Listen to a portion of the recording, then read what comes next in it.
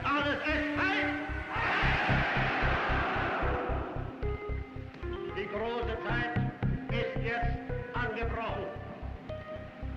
Deutschland ist nun erwacht. Estamos nos anos 40, en plena Segunda Guerra Mundial. O Wolfram é estratéxico para todo tipo de armamento. Por eso está tan ben pagado.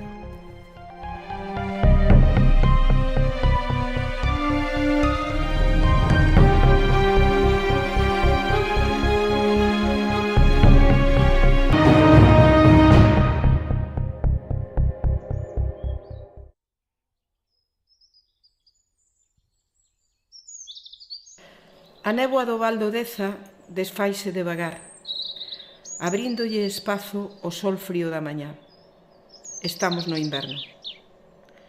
Aínda é ben cedo, máis pura, Visita, Juventina e Ramona e moitas máis mulleres están xa nas terras de Belisario ou noutros lugares buscando o mineral no interior da terra, furando, sachando, cavando, para topar o ouro negro, o Wolfram. Así comeza o día para as mulleres da Brea e doutros moitos lugares. Outras están nas instalacións da mina, lavando e separando o mineral contratadas pola empresa. O señor Xosé leva xa máis dunha hora dentro da galería. Está agardando o seu traslado para traballar na electricidade da fábrica. O ouro negro, o Wolfram, é o tesouro polo que se move tanta xente. Estamos nos anos da fame, da miseria, das cartillas de razonamiento. Este diñeiro é como unha especie de maná caído do ceo, polo que todo o mundo se move en torno á mina da Brea. Unha vez que me mandou a miña mamá buscar un leite de pan aquí, e eu levaba un cesto, a min deu un cesto para levalo. Pero ali, na cima da pista aquela do Porto do Carrio, pois ali estaban todos sacando no muro e venga desfacendo e eu vin ali unha pedra que me pareceu que tiña algo e ocorreu-se-me, pois eso, ali unha señora que había pedindo unha maceta e me dime para partir esta, penso que ten algo, vai así tiña. O sea, porque ali, aquí os valados, pois estaban, o sea, que era Wolfram. Desfixéramos todos. Sí, exactamente. Entonces eu collín e partín eso, e metino todo na bolsa esa que me dera a miña mamá para traer o pan. E resulta que despois chega a Guardia Civil, eu non tiña máis alcance ni máis nada, pois colleva e dice, e tu que llevas aí? Si, bueno, eu levo unhas pedras que topei aí e tal. Entón, ben me quixo levar presa, mira, o sea que para mí eso era, además o pánico que tiñamos á Guardia Civil naqueles tiempos. Entonces, pois, dixo, bueno, pois, deja iso aí. E, bueno, pois, deixei-no.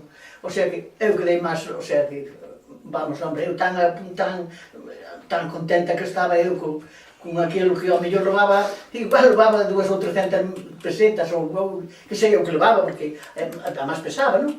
Pero quitaron eles, o sea, quitaron eles, e se marchou para a plaza a buscar o pan.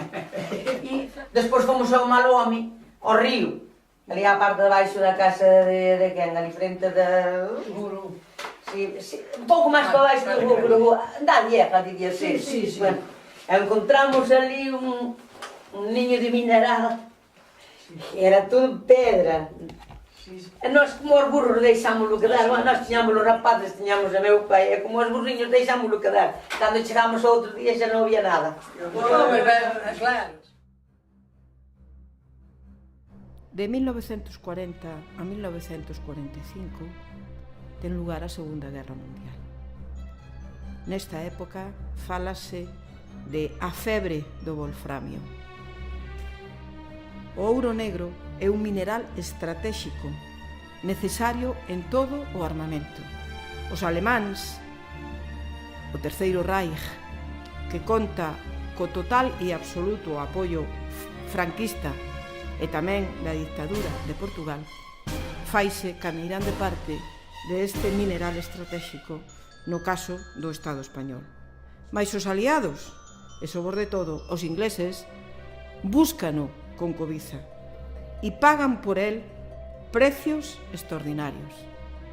Galiza e Portugal van a ser por este motivo tamén lugares donde a venta de mineral vaise facer a cotío, donde o espionaxe, os intermediarios, etc., van a traballar a carón da xente para conseguir este riquísimo ouro negro.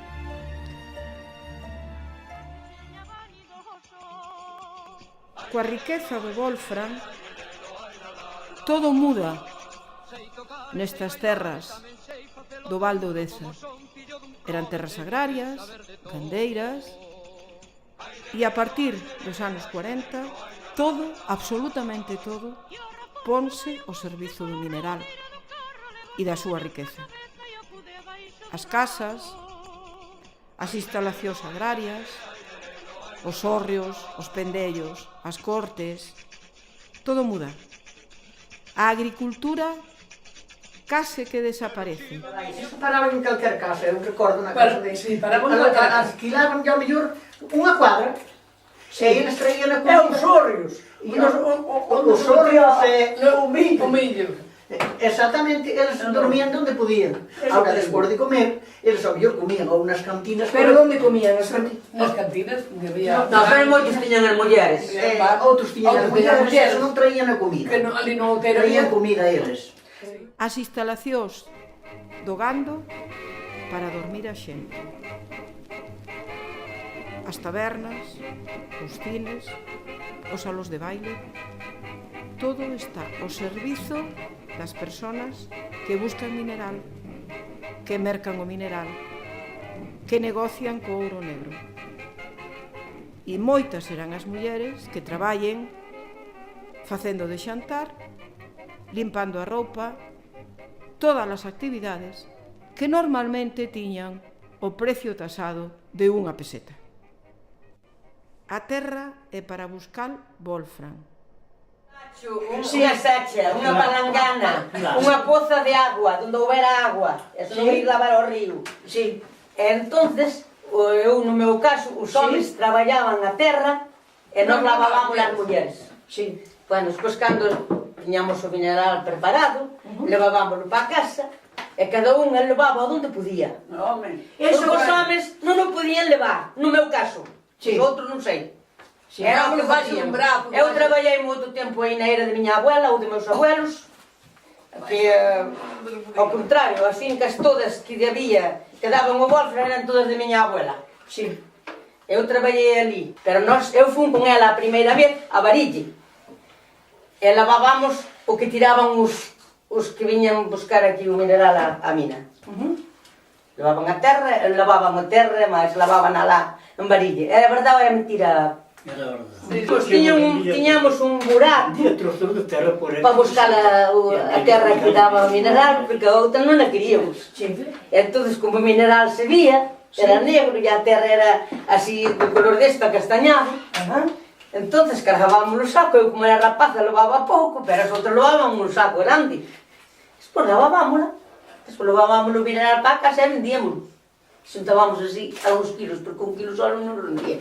E os outros pagaban e compraban por metros. Sí, por metros. No agro. Eso é, no agro, por metros, e cada un explotaba o seu. Eso é. Pois eu iba tiñamos un grupo. Sí. E íbamos...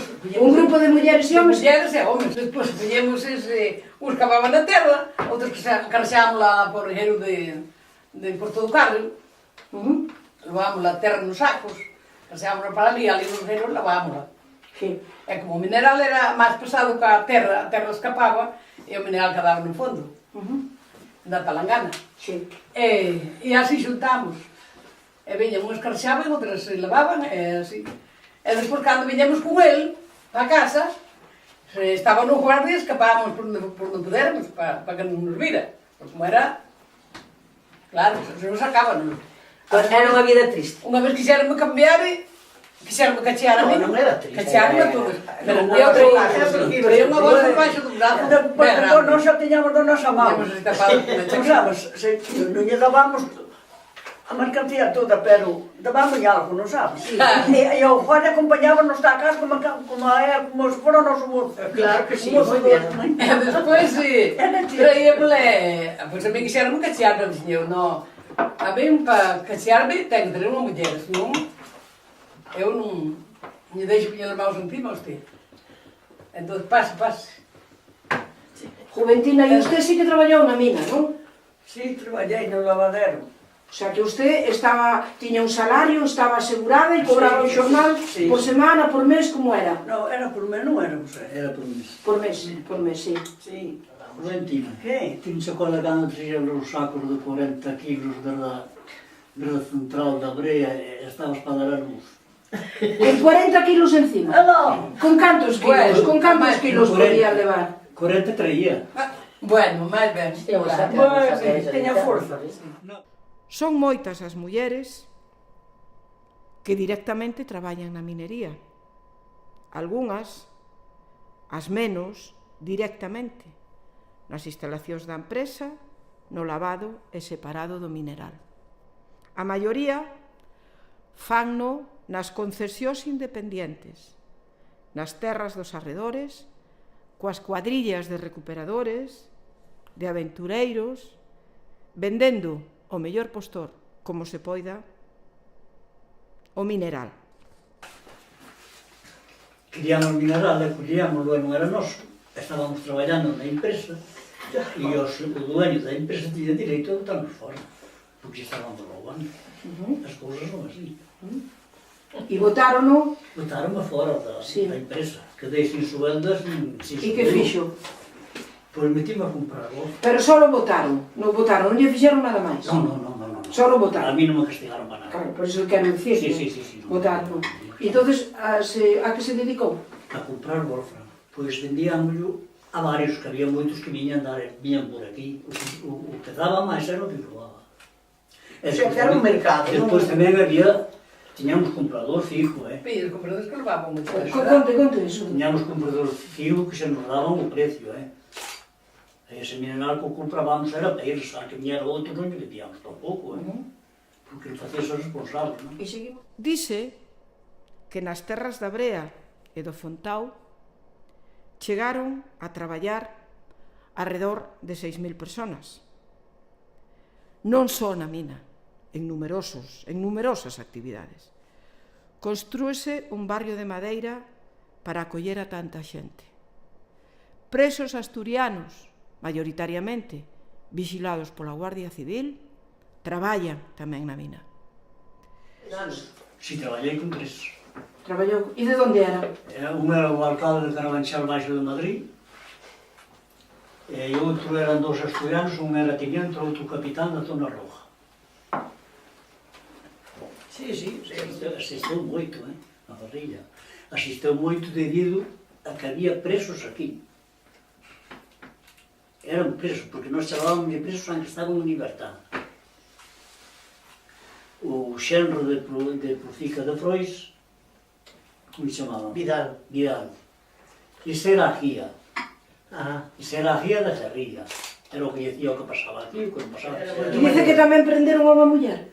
A muller de un lazo. Jamás un lazo. E como se chamaba a muller? Lle chamabas Josefina. Josefina. Porque aquí houve moitas abatidas da Guardia Civil que se tropezaron cagarrillas, Tropezaron cagarrillas, O sea, os guerrilleros tamén... Por aquí tropezaban, ás veces tropezaban, non, e había tiros. Sí. Porque como decían que había aquí que chamaban, que estaban por cidade, non acordo como chamaban, decían, no, a guerrilla tamén non tira con cortiza, tira con plomo tamén, porque Non sei. cando viñan esa abriga que tropezaron unha vez aí na cima da videira para lá da casa do pájaro, tropezaron a guerrilla, a mala Guardia Civil. Porque a guerrilla viña para colarse, porque os presos estaban aquí todos. E quería circular para comunicarse, non sabes? Entón, a Guardia Civil topazou con eso, todos os tiros para todos. Había un guardián, mas había un compañero de infantería, aí na plaza, onde chaman a plaza. Sí, bueno, pero daban libertad para ir por aí. Daban, sí, pero unha compañía había aí. Había. Foi cando fixeron un cuartel novo na carretera, que marchou os soldados, había unha compañía de Guardia Civil, un capitán da Guardia Civil. E viña a Brigadilla, de Pontevedra, por aí. Non era unha broma. Non. Algo estranxeron. Viña a Guardia Civil de Silleda, viña a Guardia Civil de Cruces, que xa era Cruces. Os presos... Pero estaban estes tamén Os aquí. presos seguían traballando duro por aquí e matando algo tamén. Pero non mataban algo.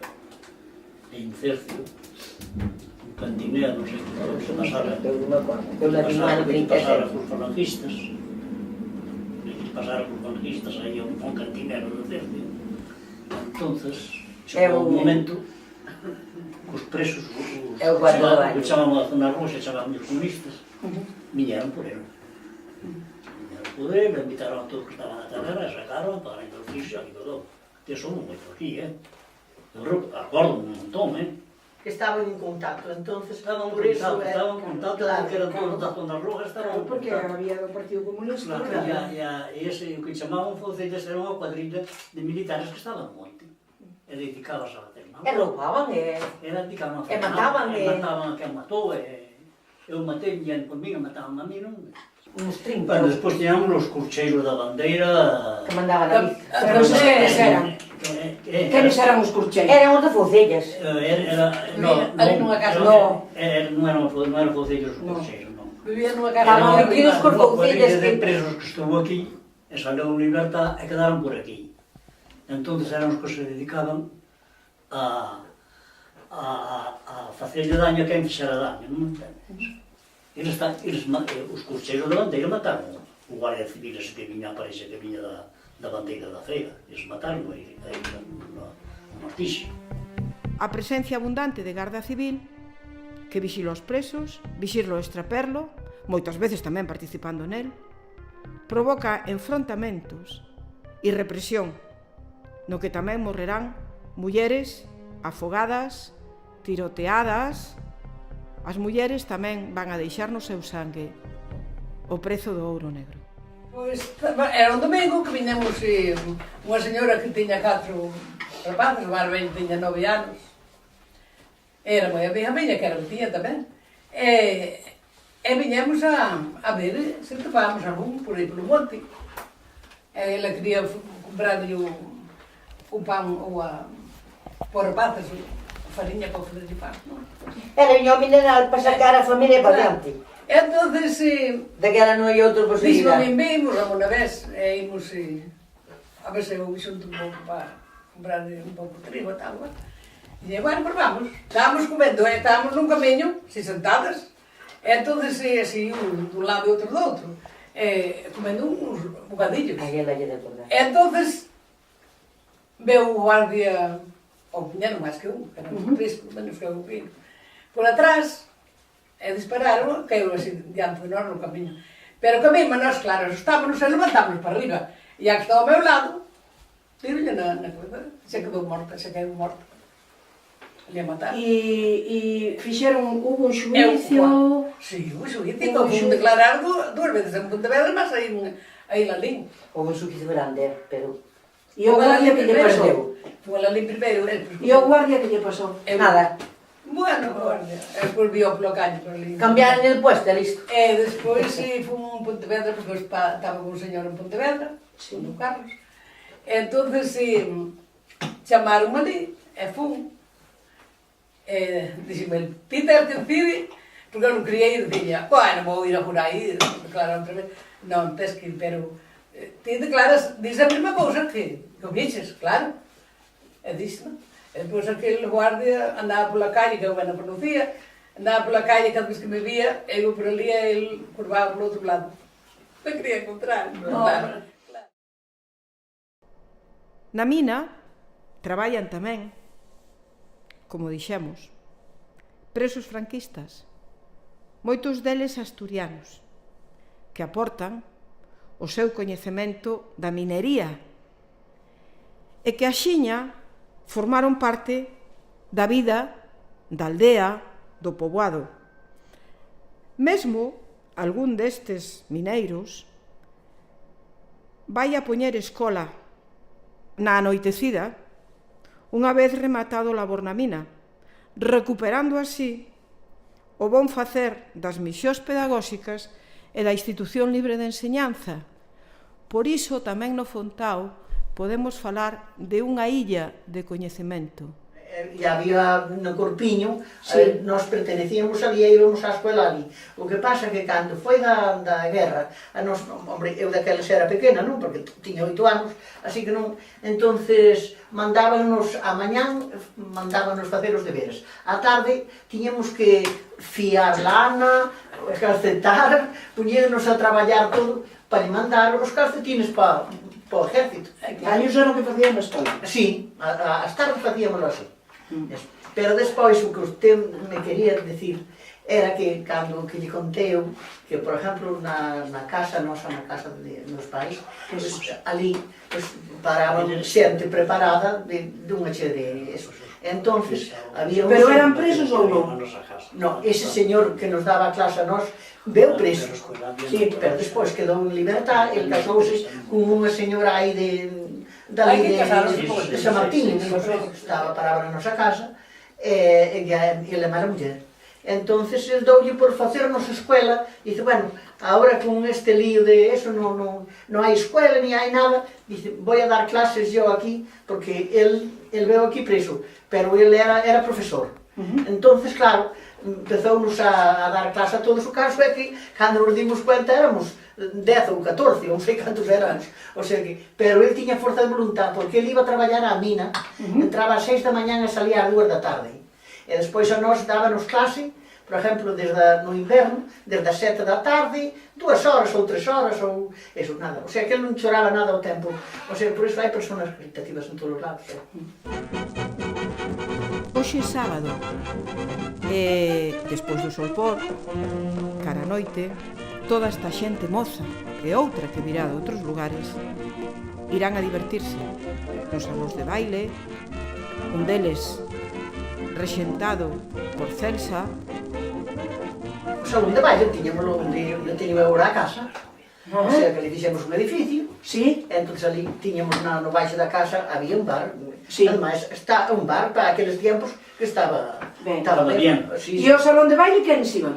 A ver, pues, iba todo o mundo. Así, cando era por carnaval ou así, traíamos unha orquesta. Sí. Bueno, e despois polo tempo, por carnavales, por fin de ano, vamos, o fin de ano vamos máis ben, ano novo máis ben.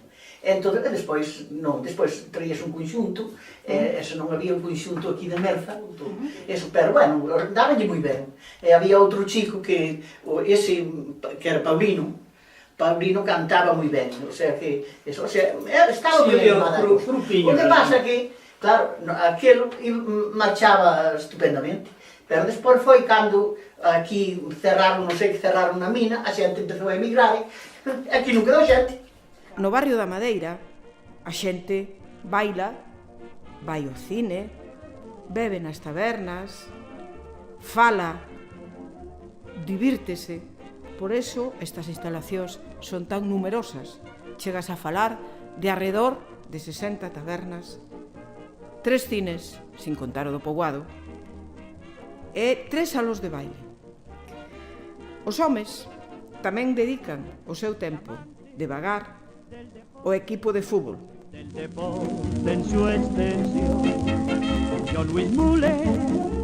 As cartas, as partidas con apostas fortes tamén ocupan un lugar importante. A bebida moitas veces pídese por botella, inda que sea importada e esteamos nos anos da fame e da miseria. A vida e a morte, nesa línea tan frágil que moitas veces se cruzan, fai que se viva así. Tiraste conta do que falou Juan de Amadeu, que foi o que falou que nos tempos que estudarei el, que registraran 60 tabernas na mina de Fontao. Eran moi bonitas, para aqueles tempos. E eran barracas. E como eran? A ver, conta. Eran feitas de madeira. Sí. Para a cor de madeira. A maior parte, sí. Cantas había aquí na plaza?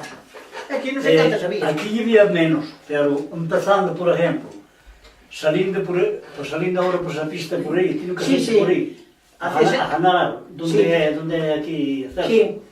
Pois salindo por esa pista por aí, e decollendo esa zona toda, todo o que é o monte, Sí. todo é como o monte, aí pola Fontaría, toda a Sí, No, pola Manuela, nas Sí, viñas de todo- Bocaño había tabernas. todo que Eu era o non fui monte, a elas nunca, pero... todo que era o monte era a zona das tabernas de Barracós. Sí. Sí, pero non é decir que houveron aquí non puñera outra aí. Puñeron de onde tiña sitio agora. Aí non se miraba ni que houveron aquí. Aí tamén había unha casa de... E que era o que facían? Que se facían? Despachaban, vendían. Sí. E juegas había Porque son moitas. vos, pero non... Sí. Juegas había moitas porque era Aí na plaza. Non verdad, non sei. Na plaza. Temos a zona que había aquí unha casa de mulleres. Aí na plaza. Eso é mentira. As mulleres había por todos os sitios. Cando traballábamos non podíamos ir. Pero, por exemplo, eu agora estou falando dos que traballábamos na empresa. Sí, sí, sí, sí. Despois hai outra tandada que eran os que andaban por os trapelos, Sí. eses estaban a cada pasillo na taberna. Claro. Traballaban nos filos, traballaban por eles, niña mandaban eles. Ese monte de aí está todo furado. Si niña mandaban eles, eran os seus jefes. Se sacaban 5, sacaban 3, non, nadie mandaban eles. Pero nós salíamos ás 6 da tarde, isto, por exemplo, en inverno, non por no verão.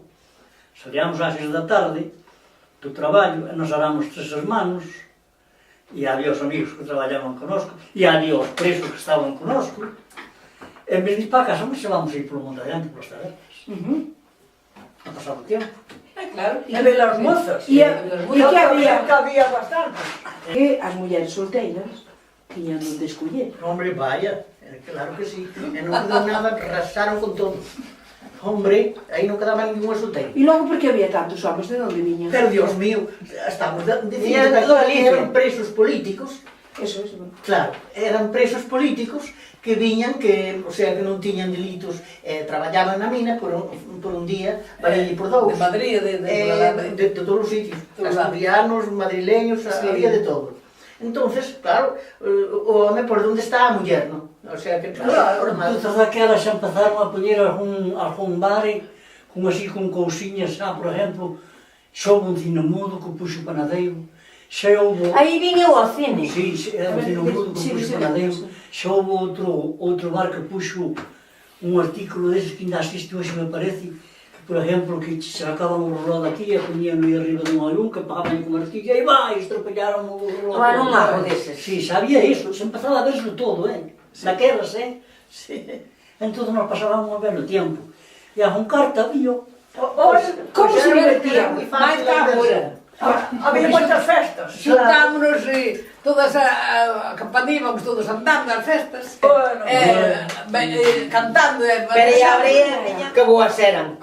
Vai a festones. Conten. Vai a A festadas. festa de Santa Bárbara, pois, eso sempre fixeron ali diante do almacén, aquí abaixo, nesa esplanada que había aí. Bueno, pois aí... A Pilarica. Bueno, había todo Porque eso. que era cando estaba o cuartel da Guardia. Exactamente. No, a de Santa Pero Bárbara. a Santa Bárbara, eso había sempre dúas orquestas, non sei, Será a festa dos obreros. pero vaya...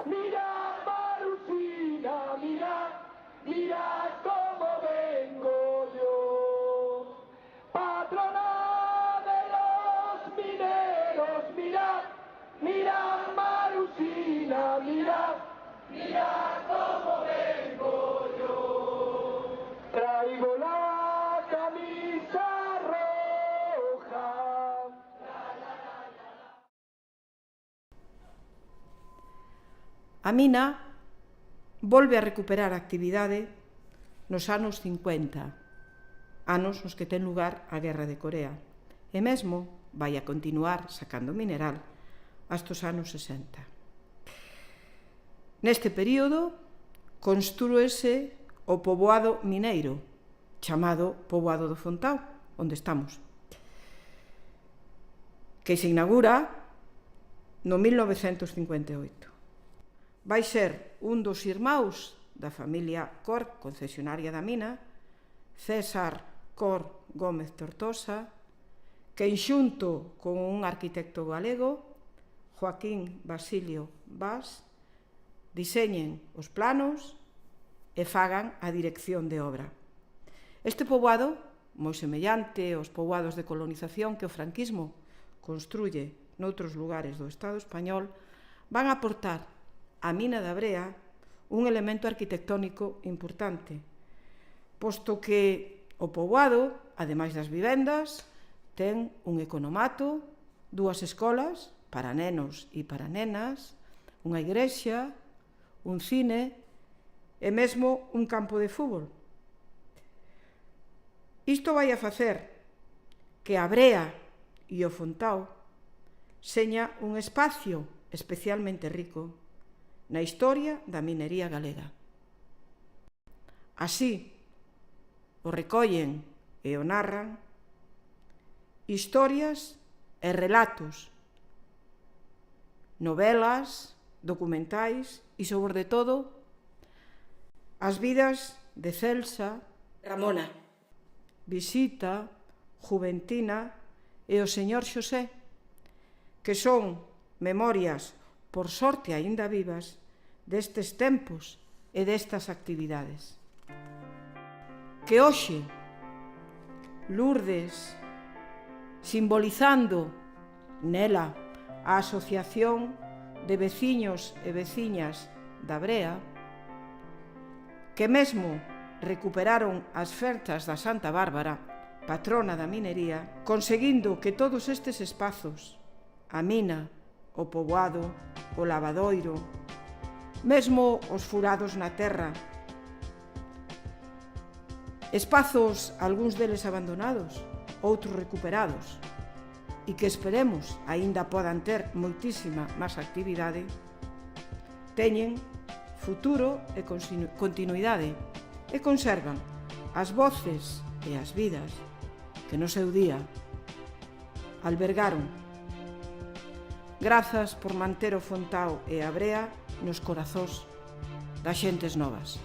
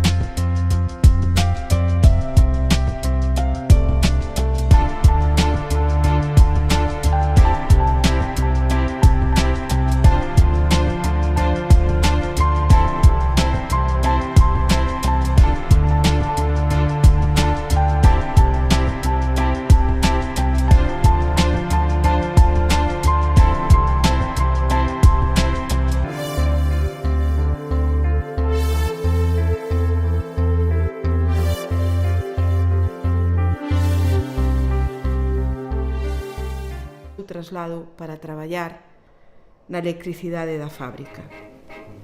O ouro negro, o wolfram, é o tesouro polo que se move tanta xente. Estamos nos anos da fame, da miseria, das cartillas de razonamiento. Este diñeiro é como unha especie de maná caído do ceo, polo que todo o mundo se move en torno á mina da Brea. Unha vez que me mandou a miña mamá buscar un leite de pan aquí, e eu levaba un cesto, a min deu un cesto para levalo. Pero ali, na cima da pista... Están xa nas terras de Belisario ou noutros lugares buscando o mineral no interior da terra, furando, sachando, cavando, para topar o ouro negro, o wolfram. Así comeza o día para as mulleres da Brea e doutros moitos lugares. Outras están nas instalacións da mina, lavando e separando o mineral contratadas pola empresa. O señor Xosé leva xa máis dunha hora dentro da galería. Está agardando o seu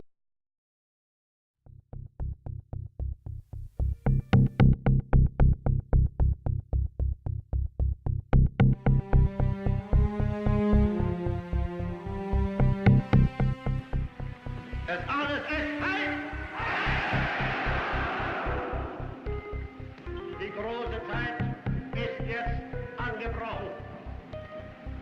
Deutschland ist nun erwacht. Estamos nos anos 40, en plena Segunda Guerra Mundial.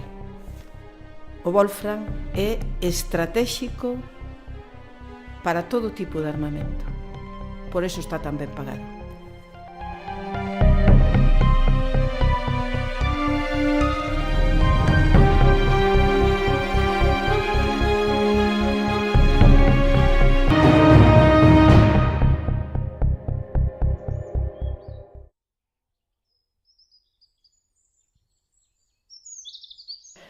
A néboa do Val do Deza desfaise devagar, abríndolle espazo ao sol frío da mañá. Estamos no inverno. Aínda é ben cedo, máis pura, Visita, Juventina e Ramona e moitas máis mulleres. Está aquela do Porto do Carrio. Pois ali estaban todos sacando no muro e venga desfacendo e eso. E eu vin ali unha pedra que me pareceu que tiña algo. E ocorreuseme, pois eso, ali unha señora que había pedinlle unha maceta e me dime para partir esta, penso que ten algo. Vai así tiña. O sea, que porque ali, aquí os balados, pois estaban, o sea, que era Wolfram. Desfixéramos todos. Sí, exactamente. Entonces eu collín e partín eso, e metino toda na bolsa esa que me dera a miña mamá para traer o pan. E resulta que despois chega a Guardia Civil, eu non tiña máis alcance ni máis nada, pois colleva e dice, e tu que llevas aí?